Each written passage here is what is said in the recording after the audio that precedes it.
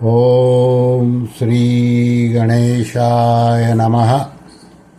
ઓમ શ્રી પરમાત્મને નમઃ. બધા જ ગીતા પ્રેમી સાધકોનો આ ચેનલમાં સ્વાગત છે, હાર્દિક સ્વાગત છે. સર્વેને જય શ્રી કૃષ્ણ. પાછળના શ્લોકમાં ભજન કરવાવાળાનું વર્ણન કરીને હવે ભગવાન આગળના એટલે કે 14મા શ્લોકમાં તેમના ભજનનો પ્રકાર બતાવે છે. અધ્યાય 9, શ્લોક ક્રમાંક 14. સતતં કીર્તયંતો મામ યતંતશ્ચ દ્રઢવ્રતાઃ નમસ્યંતશ્ચ મામ ભક્ત્યા નિત્યયુક્તા ઉપાસતે. અર્થાત ભગવાન બોલ્યા, નિત્ય નિરંતર મારામાં લાગેલા મનુષ્યો દ્રઢ નિશ્ચયી થઈને પ્રયત્નપૂર્વક સાધનામાં લાગેલા અને અનન્ય પ્રેમથી મારા નામ અને ગુણોનું કીર્તન કરતા તથા મને વારંવાર પ્રણામ કરતા નિરંતર મારી ઉપાસના કરે છે. આ શ્લોકને પરમ શ્રદ્ધેય સ્વામી શ્રી રામસુખદાસજી મહારાજે તેમના ગ્રંથ સાધક સંજીવનીમાં આ પ્રકારે સમજાવ્યો છે. શબ્દ છે નિત્ય યુક્તાહ, એટલે કે નિત્ય નિરંતર મારામાં લાગેલા મનુષ્યો. મનુષ્ય માત્ર ભગવાનમાં જ નિત્યયુક્ત રહી શકે છે કે હરદમ રચ્યા પચ્યા રહી શકે છે, સાંસારિક ભોગો અને સંગ્રહમાં નહીં. કારણ કે વખતો વખત ભોગોથી પણ ગ્લાનિ થાય છે અને સંગ્રહથી પણ ઉપરતી થાય છે. પરંતુ ભગવાનની પ્રાપ્તિનો, ભગવાનના તરફ ચાલવાનો જે એક ઉદ્દેશ્ય હોય છે કે એક દ્રઢ વિચાર હોય છે, તેમાં કદી પણ ફરક નથી પડતો. ભગવાનનો અંશ હોવાથી જીવનો ભગવાનની સાથે અખંડ સંબંધ છે.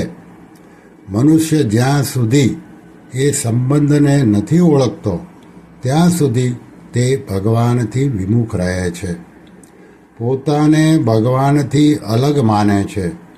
પરંતુ જ્યારે તે ભગવાનની સાથે પોતાના નિત્ય સંબંધને ઓળખી લે છે ત્યારે તે ભગવાનની સમ્મુખ થઈ જાય છે, ભગવાનથી અલગ નથી રહી શકતો અને તેને ભગવાનના સંબંધની વિસ્મૃતિ પણ નથી થતી. એને જ તેનું નિત્યયુક્ત રહેવું કહે છે. મનુષ્યનો ભગવાનની સાથે હું ભગવાનનો છું અને ભગવાન મારા છે એવો જે પોતાનો સંબંધ છે, તે જાગ્રત, સ્વપ્ન અને સુષુપ્તિ એ ત્રણેય અવસ્થાઓમાં એકાંતમાં ભજન ધ્યાન કરતા અથવા સેવા રૂપે સંસારના બધા કામો કરવા છતાં પણ કદી ખંડિત નથી થતો, અટલ રૂપે સદાય ચાલુ રહે છે. જેવી રીતે મનુષ્ય પોતાને જે મા બાપનો માની લે છે, બધા કામ કરતો હોવા છતાં પણ તેનો હું અમુકનો દીકરો છું એ ભાવ સદા રહ્યા કરે છે. તેને યાદ રહે ચાહે ન રહે, તે યાદ કરે ચાહે ન કરે, પરંતુ એ ભાવ હરદમ રહે છે. કેમ કે હું અમુકનો દીકરો છું એ ભાવ તેના હુંપણામાં વસી ગયો છે. એવી જ રીતે જે અનાદિ અવિનાશી સર્વોપરી ભગવાન જ મારા છે અને હું એમનો જ છું એ વાસ્તવિકતાને જાણી લે છે અને માની લે છે, તેનો એ ભાવ હર હંમેશ ચાલુ રહે છે. આ રીતે ભગવાનની સાથે પોતાનો વાસ્તવિક સંબંધ માની લેવો એને જ નિત્યયુક્ત થવું કહે છે.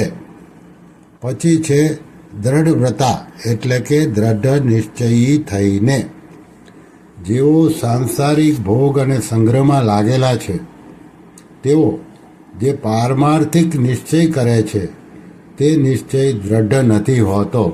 ગીતા અધ્યાય 2 શ્લોક 44.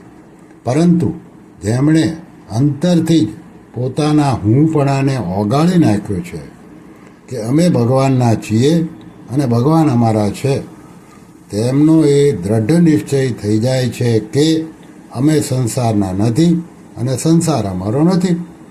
આથી અમારે સાંસારિક ભોગ અને સંગ્રહની તરફ કદી જવાનું જ નથી, પરંતુ ભગવાનના હોવાના નાતે કેવળ સેવા કરવાની છે. આ રીતે તેમનો નિશ્ચય બહુ જ દ્રઢ હોય છે. પોતાના નિશ્ચયથી તેઓ કદી વિચલિત નથી થતા, કારણ કે તેમનો ઉદ્દેશ્ય ભગવાનનો છે અને તેઓ પોતે પણ ભગવાનનો અંશ છે. તેમના નિશ્ચયમાં અદ્રઢતા આવવાનો પ્રશ્ન જ નથી. અદ્રઢતા તો સાંસારિક નિશ્ચયમાં આવે છે કે જે ટકવાવાળી નથી. પછી શબ્દ છે યતંતશ્ચ, એટલે પ્રયત્નપૂર્વક સાધનામાં લાગેલા. જેવી રીતે સાંસારિક મનુષ્યો કુટુંબનું પાલન કરે તો મમતાપૂર્વક કરે છે, રૂપિયા કમાય તો લોભપૂર્વક કમાય છે, એવી જ રીતે ભગવાનના ભક્ત ભગવત પ્રાપ્તિને માટે યત્ન એટલે કે સાધન કરે તો લગનપૂર્વક જ કરે છે. તેમના પ્રયત્નો સાંસારિક દેખાતા હોવા છતાં પણ વાસ્તવમાં સાંસારિક નથી હોતા, કેમ કે તેમના પ્રયત્નનો ઉદ્દેશ્ય માત્ર ભગવાન જ હોય છે. ભક્ત્યા કીર્તયંતો મામ, તે ભક્તો પ્રેમપૂર્વક ક્યારેક ભગવાનના નામનું કીર્તન કરે છે, ક્યારેક નામ જપ કરે છે, ક્યારેક પાઠ કરે છે, ક્યારેક નિત્ય કર્મ કરે છે, ક્યારેક ભગવાન સંબંધી વાતો સંભળાવે છે, વગેરે વગેરે. તેઓ જે કંઈ વાણી સંબંધી ક્રિયાઓ કરે છે તે બધી ભગવાનનું સ્તોત્ર જ હોય છે. સ્તોત્રાણી સર્વા ગીરઃ. પછી આગળ શબ્દ છે નમસ્યંતશ્ચ, તેઓ ભક્તિપૂર્વક ભગવાનને નમસ્કાર કરે છે. તેઓમાં સદગુણ સદાચાર આવે છે. તેમના દ્વારા ભગવાનને અનુકૂળ કોઈ ચેષ્ટા થાય તો તેઓ આ ભાવથી ભગવાનને નમસ્કાર કરે છે કે હે નાથ, આ બધું આપની કૃપાથી જ થઈ રહ્યું છે. આપની તરફ આટલી અભિરુચિ અને તત્પરતા મારા પ્રયત્નથી નથી થઈ. આથી આ સદગુણ સદાચારોને, આ સાધનને આપની કૃપાથી થયેલું સમજીને હું તો આપને કેવળ નમસ્કાર જ કરી શકું છું. પછી છે સતતમ માં ઉપાસતે. આ રીતે મારા અનન્ય ભક્તો નિરંતર મારી ઉપાસના કરે છે. નિરંતર ઉપાસના કરવાનું તાત્પર્ય એ છે કે તેઓ કીર્તન, નમસ્કાર વગેરે સિવાય જે પણ ખાવું, પીવું, સૂવું, જાગવું તથા વેપાર કરવો, ખેતી કરવી વગેરે સાધારણ ક્રિયાઓ કરે છે તે બધી મારે માટે જ કરે છે. તેમની સઘળી લૌકિક અને પારમાર્થિક ક્રિયાઓ કેવળ મારા ઉદ્દેશ્યથી, મારી પ્રસન્નતાને માટે જ થાય છે. ભક્ત જે કાંઈ કહે છે તે બધું ભગવાનનું કીર્તન જ છે.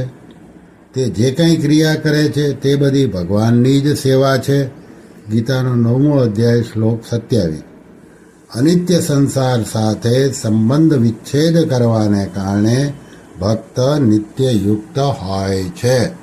શ્રી કૃષ્ણ શરણમ મમ, શ્રી કૃષ્ણ શરણમ મમ, શ્રી કૃષ્ણ શરણમ મમ. ઓમ શ્રી કૃષ્ણાર્પણમસ્તુ.